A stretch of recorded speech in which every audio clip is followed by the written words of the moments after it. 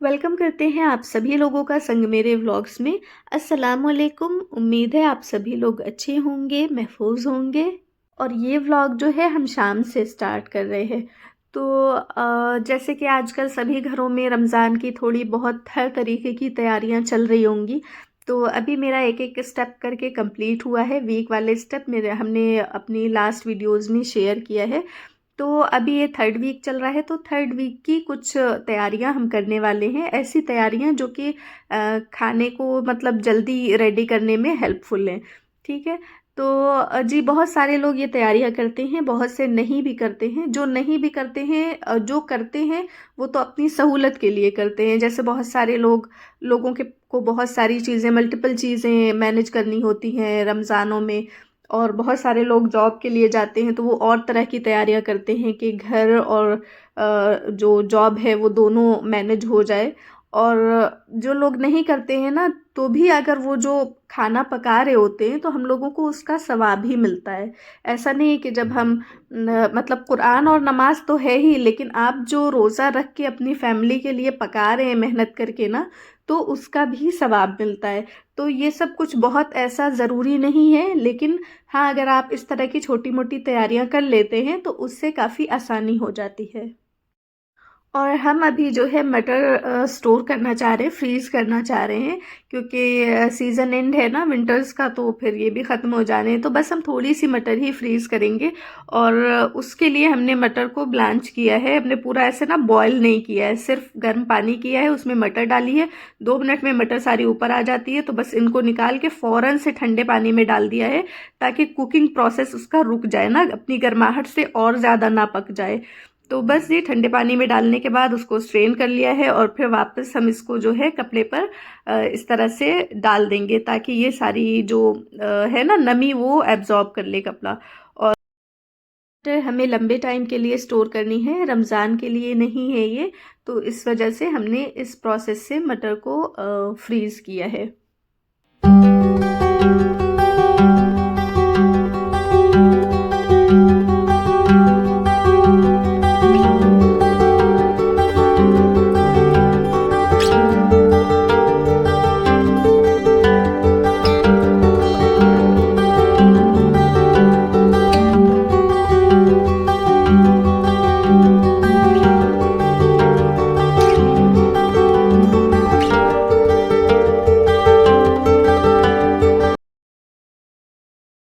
मटर को पैकेट में डाल के हमने फ्रीज़ कर दिया था।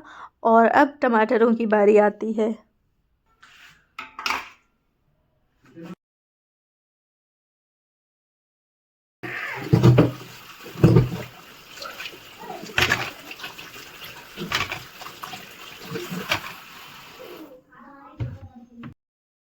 टमाटरों के ना क्यूब्स बनाने हैं हमें। तो उसके लिए हम सभी टमाटरों को अच्छे से धो लेंगे, और इस ध्यान के साथ कि इसमें कुछ भी ऐसे दबा हुआ सा टमाटर होता है ना, ज़्यादा नर्म उस तरह का ना हो, क्योंकि हम लोगों को स्टोर करना है ये। तो इसलिए जो है फ्रेश टमाटर होने चाहिए। और आप चाहें तो इनका छिलका उतार के टमाटरों का जो है पीस सकते हैं, डायरेक्ट छील के, या फिर पूरा छिलके के साथ भी पीस सकते हैं। लेकिन यहाँ पर जो है हमने इनको बॉयल करना है पानी में। तो हम जो है ना इसलिए बॉयल कर रहे हैं कि हम इसका छिलका जो है निकाल सकें, और इस तरह से इसका जो पेस्ट बनता है ना, वो काफ़ी स्मूथ होता है। और टमाटर को प्रिजर्व करने में हेल्पफुल होता है, जो ये पके हुए टमाटर होते हैं ना। तो बस ये देखें, यहाँ पर अभी ये प्रॉपर पकना भी पानी नहीं शुरू हुआ था, और इसके छिलके जो हैं अपने आप ही इस तरह के हो गए थे। बस जी इस स्टेज पर फ्लेम ऑफ करेंगे, और इनको ले चलेंगे छीलने के लिए, इस ध्यान के साथ कि ये ठंडे हो जाएं तब हाथ लगाए जाएं।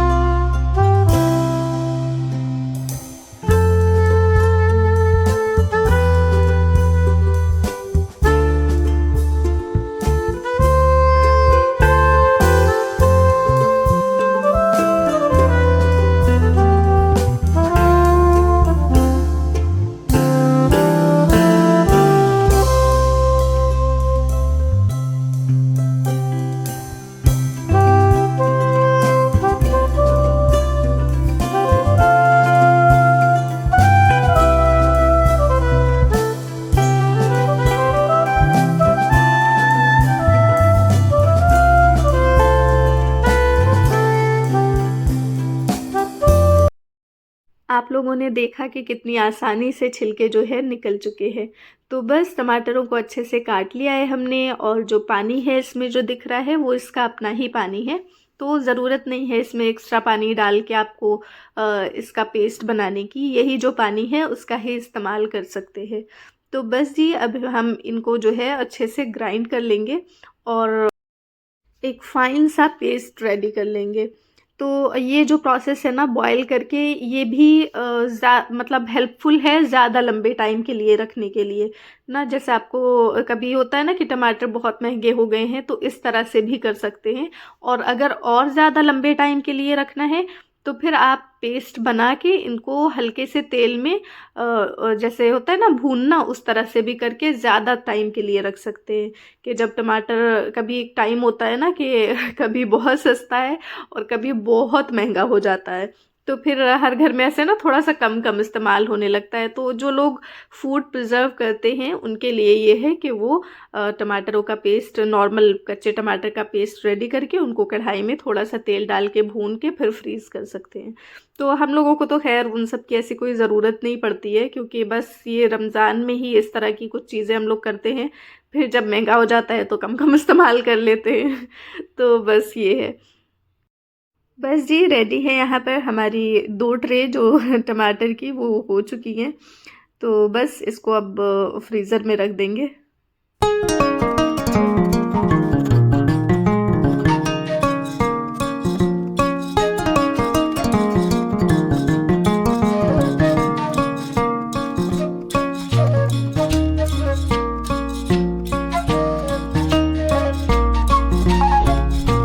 और अब बारी आती है प्याज की। तो सुना है हमने कि प्याज को फ्रिज में रख दो ना, काटने से 1-2 घंटे पहले, तो प्याज कम लगती है। हम तो ये वाला जानते हैं कि जो मतलब भिगा देते हैं पानी में काटने से पहले, तो वो कम लगता है। तो हमने पानी वाला तो आजमाया है, फ्रिज वाला किया नहीं है। और ये भी अनप्लान्ड था बिल्कुल, क्योंकि हम बच्चों को पढ़ा रहे थे तो हमने सोचा साथ में निपटा लें। हालांकि गलत टाइम था, इन लोगों की आंखों में काफ़ी लग रही थी प्याज। तो ये जो है ना हम स्लाइसर की हेल्प से काटते हैं, बहुत फाइन प्याज कटती है इससे। और हाथ से ना हमें ज़्यादा आदत नहीं है काटने की। ये हाथ मेरा जो है इस पे ही सेट है और इससे बराबर कटती है, तो इसका जो बरिस्ता बनता है ना फ्राई प्याज, वो काफ़ी अच्छा बनता है। और बस जी ये देखें यहाँ पर हमारी जो प्याज है वो फ्राई हो चुकी है। और ये जो है हमारे शाहज़ान, ये यहाँ पर सो चुके हैं। ये ना, इनको हम बोल रहे थे कि आप जाइए सो जाइए, हम आ रहे हैं, लेकिन इनको हमारे साथ होना होता है। तो बस ये इस तरह से सो गए थे, हम इनको उठा के सुला देंगे। और बस प्याज हमारी जो है वो रेडी है, इस तरह से करके हम रख देंगे और जब भी ज़रूरत होगी इसको जो है इसको ग्रेवी में इस्तेमाल कर लेंगे। तो इस तरह से ये जो है ये काम भी निपट गया था। और ये काफ़ी ना टाइम टेकिंग प्रोसेस होता है प्याज फ्राई करना। और अब जी हम इतना थक चुके हैं ना कि बस मेरा कुछ ये है कि हम जाके सो जाएं। और सोते सोते भी हमने सोचा कि हम इमली भिगा देते हैं और सुबह में उठ के इसकी चटनी बनाने की कोशिश करेंगे इंशाल्लाह। तो बस जी ये जो है हमने भिगा दिया था और अब जो है हम चले जाएंगे सोने के लिए।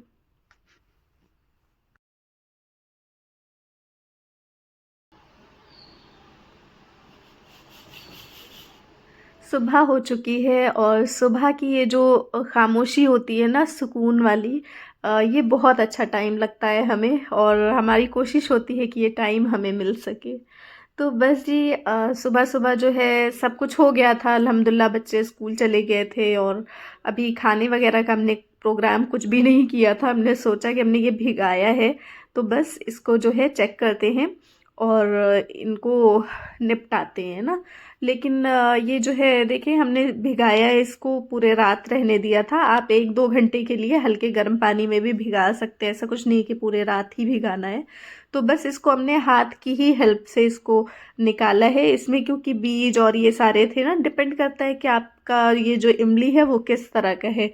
तो आप ग्राइंड भी कर सकते हैं अगर साफ़ हो तो, लेकिन ये साफ़ नहीं थी हमारी जो थी, इसमें बीज भी थे, बहुत सारी चीज़ें थी और भी, तो उनको हमने अलग कर दिया है। और यहाँ हमारे पास इतना ये पल्प जो है या जूस कह लें इमली का ये हमारे पास है। तो बस जी ये हमने किया ही था कि हमें फ़िक्र हो गई कि अब दोपहर में क्या बनेगा, तो दोपहर के लिए हमने आलू की खिचड़ी बनाने का सोचा है, क्योंकि अब जो है ना नए चावल वाला जो एक क्रेज़ होता है ना वो थोड़ा ख़त्म हो गया है, क्योंकि सर्दियां भी जा रही हैं लेकिन चावल अभी बाकी हैं। तो हमने सोचा कि चलो सीज़न की ये लास्ट नए चावलों वाली खिचड़ी बना लें, क्योंकि हम सभी लोगों को वो खिचड़ी बहुत पसंद है। और इसमें हम ना अचार का जो मसाला होता है वो ऐड करते हैं, उससे इसका जो टेस्ट आता है ना वो हमें ज़्यादा पसंद आता है। तो बस जी इसकी रेसिपी हम नहीं शेयर कर रहे हैं कि इसमें क्या है क्या है, बस हमें सिर्फ ये बताना था कि अचार के मसाले से इसका टेस्ट अच्छा आता है। तो सिंपल सी ये आलूओं वाली खिचड़ी है, ऐसा कुछ है नहीं। और पहली बार हम जो है लाल मसाले में बना रहे हैं, अदरवाइज़ हम हमेशा हरे मिर्चे में बनाते हैं ये खिचड़ी।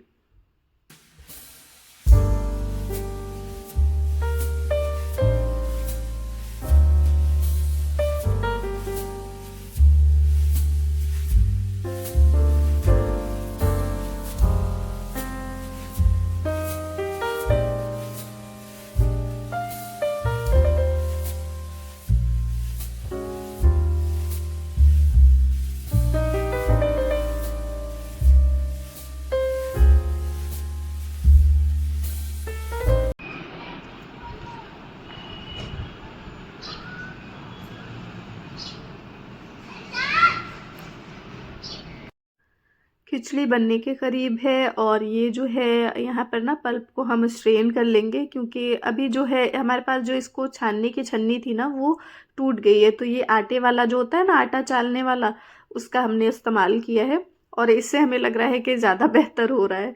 तो बस इस तरह से हम इसका जो है इसको अच्छे से कर लेंगे। थोड़ा ये भी टाइम टेकिंग प्रोसेस है, लेकिन ठीक है, बच्चों को भी थोड़ा सा लगा दिया है कि इसको करो। और ये जो है ना, ये इस तरह का जो थिक वाला पेस्ट होता है, इसको हम क्या करते हैं, अगर हमारे पास टाइम नहीं होता ना तो हम इसको आइस क्यूब में जमा देते हैं और फिर दोबारा इनको ग्राइंड करके हम इनकी चटनी बना लेते हैं। या फिर जो है ये क्यूब ही जो ग्राइंड, मतलब ये जो क्यूब हमने आइस क्यूब में रखा है ना, तो ये क्यूब हमें इस्तेमाल में आ जाता है किसी भी चीज़ में। जब हम लोगों को इमली भिगानी होती है तो उसकी जगह ये हम भिगा के इसका इस्तेमाल कर लेते हैं। और खाना रेडी हो चुका था, और बस बच्चों को दे दिया है खाने के लिए, और हम भी खा लेंगे। और फिर उसके बाद हम लोग चलते हैं, इमली बनाते हैं, इमली की चटनी। तो जिस इमली की चटनी का जो सबसे सिंपल वाला वर्जन होता है ना, सिर्फ मिर्चों और ज़ीरा, भुने हुए ज़ीरे के साथ, वो हमें पसंद आता है। लेकिन इस बार हमने सोचा कि ये बीज हमारे पास पड़े हुए हैं जो कि तरबूज के हैं, तो उनका इस्तेमाल कर लेते हैं। हालांकि ये बीज थोड़ा सा ज़्यादा ब्राउन हो गए हैं, क्योंकि हमने फ़ोन पकड़ रखा था, हमें जल्दी से पल्प डालना था, वो हम कर नहीं पाए थे। बहरहाल आगे बढ़ते हैं। तो ये जो है बेली हमारे दादी हाल, नानी हाल और ससुराल से आई हुई। ससुराल में तो खैर अभी हमारे सिर्फ बड़े भाई और भाभी हैं, उन्होंने ही भेजी थी। तो सीजनल चीज़ें होती है ना, तो सभी लोग भेजते हैं। तो वही है, बस इतनी ही भेली बची हुई है। तो बस हम तीन तीन अभी डाल रहे हैं और बाद में डाल देंगे, क्योंकि इनमें थोड़ा ना ज़्यादा ऐसे लग जाती है भेली। और भेली इस वक्त हमारे लिए बहुत कीमती हुई है। हमारे बच्चे अल्हम्दुलिल्लाह बहुत शौक से खाते हैं। और ये जो किनारों पर झाग सा आता है ना, उसको निकाल देना चाहिए। बस जी इसमें हमने लाल मिर्च ऐड की थी ज़रा सी, और थोड़ा सा भुना हुआ ज़ीरा ऐड कर रहे हैं। और बस हमारी इमली जो है बस बनने के करीब है। इस स्टेज पर हम थोड़ा सा टेस्ट करते हैं, और हमें अगर गुड़ और ऐड करना होता है तो और कर देते हैं। तो इस कभी कभी हम शक्कर भी इस्तेमाल कर लेते हैं, शक्कर डाल देते हैं गुड़ की जगह लास्ट में, लेकिन अभी ये जो हमने पूरे गुड़ की बनाई है। तो बस इस तरह का ये जो रनी सा है ना, ऐसा ही हमने रहने दिया है, क्योंकि ये जो चटनी है ये थिक हो जाएगी ठंडी होके, और फ्रिज में रखी जाएगी तो फिर और ज़्यादा थिक हो जाता है। ठीक है, तो बस इसको हम ट्रांसफ़र कर लेंगे एक कांच के जार में। तो अगर आप लोग जैसे बनाते हैं ना, तो कोशिश किया करें ये जो स्टोर करने वाली चीज़ें हैं ये कांच के बॉटल में रखें, क्योंकि फिर वो ना ज़्यादा टाइम तक चलती हैं। तो ऑफिस से वापसी पर हमारे हस्बैंड जो है ना, वो बहुत सारा नींबू लेके आए थे। तो हमने सोचा कि ये लेके आए हैं तो इन्हीं से ही इसका जो है रस निकलवा लेते हैं। उन्होंने बोला कि आप कर दें, और इस ये इनसे करवाने का एक और भी मकसद था ना, कि इनको थोड़ा इन्वॉल्व करना था हमें ऐसे इस तरह के कामों में। और दूसरा ये कि हमारा हाथ जो है ना, वो थोड़ा सा ऐसे ना शल हो जाता है। तो इनको ना बिल्कुल इस तरह के काम का बिल्कुल अंदाज़ा नहीं है, ऐसे खड़बड़ खड़बड़ करते हैं ना, मतलब जैसे लगता है कि कौन सी जंग कर रहे हो। तो यही हम बोल रहे थे यहाँ पर कि आप क्यों इतने गुस्से में कर रहे हैं, ऐसा लग रहा है कितने गुस्से में से दाढ़ तो बहरहाल ये जो है सारा लेमन हमने इनसे ही करवाया है और फाइनली हमें मिल गया है इसका रस और हम इसको फ्रीज कर देंगे। 1 hour later. 1 आवर लेटर नहीं और भी कई सारे आवर्स लेटर बाद हमने इसको निकाला है। तो ये जो है लेमन क्यूब्स ये बन चुके हैं और वो इमली वाला भी हमने निकाला नहीं था ना, तो उसको भी हम दोनों को जो है पैकेट में डाल लेंगे। और ये जो नींबू है ना, ये 1 क्यूब 1 लेमन का है, हमने इसको नाप के किया है। तो इसमें अभी हम और भी जैसे नींबू मंगा के और भी सारे हम क्यूब्स बना लेंगे और इससे हमें बहुत ज़्यादा आसानी होने वाली है। और ये जो है हमारे इमली का जो पल्प है उसको भी हमने ज़िपलॉक बैग में डाल लिया था। और अब ज़रा सा नज़र डालते हैं ये जो रमज़ान की प्रिपरेशन का इस तरह से प्लान किया था हमने, तो 2 हफ्ते हमारे डन हो चुके थे। तीसरे में हमने कुछ ना इस तरह का किया था कि ग्रेवी और लिक्विड वाली चीज़ें एक साथ कर दी थी और ड्राई चीज़ों को एक साथ सोचा था बनाने का, लेकिन ठीक है कुछ चीज़ें ड्राई में जैसे ये प्याज वाला भी हो गया है। तो ये सब काम जो है हमारे जो हमने शेयर किए हैं आप लोगों से अल्हम्दुलिल्लाह डन हो चुके हैं। और इन सब के बाद जो है हमें ना अच्छा खासा रिलीफ़ भी मिला है, क्योंकि हम जानते हैं कि हमारा जो आने वाला टाइम है ना वो बहुत ज़्यादा बिज़ी होने वाला है। आप लोगों से भी इंशाल्लाह ज़रूर शेयर करेंगे। और ये जो है ना अभी हम जो दिखा रहे हैं ये एक बहुत इम्पॉर्टेंट चीज़ है, बहुत इम्पॉर्टेंट ऐसे कि ये बच्चों से रिलेटेड है और ये अभी हमारा कंप्लीट नहीं हुआ है, लेकिन हम आप लोगों से सिर्फ आइडिया के लिए शेयर कर रहे हैं कि अगर अभी इस टाइम पर कोई रेडी करना चाहे या करवाना चाहे तो इस तरह से किसी की हेल्प से करवा सकता है। तो यहाँ पर हमने सोचा था कि हमने बच्चों को ना, जो हमारे बच्चे नमाज में दुआएं पढ़ते हैं उनका इन लोगों को ना ट्रांसलेशन पता हो, तो जिस भी लैंग्वेज में आपके बच्चे को आसानी हो उस तरह की लैंग्वेज में आप खुद लिख सकते हैं या इस तरह से प्रिंट करवा सकते हैं।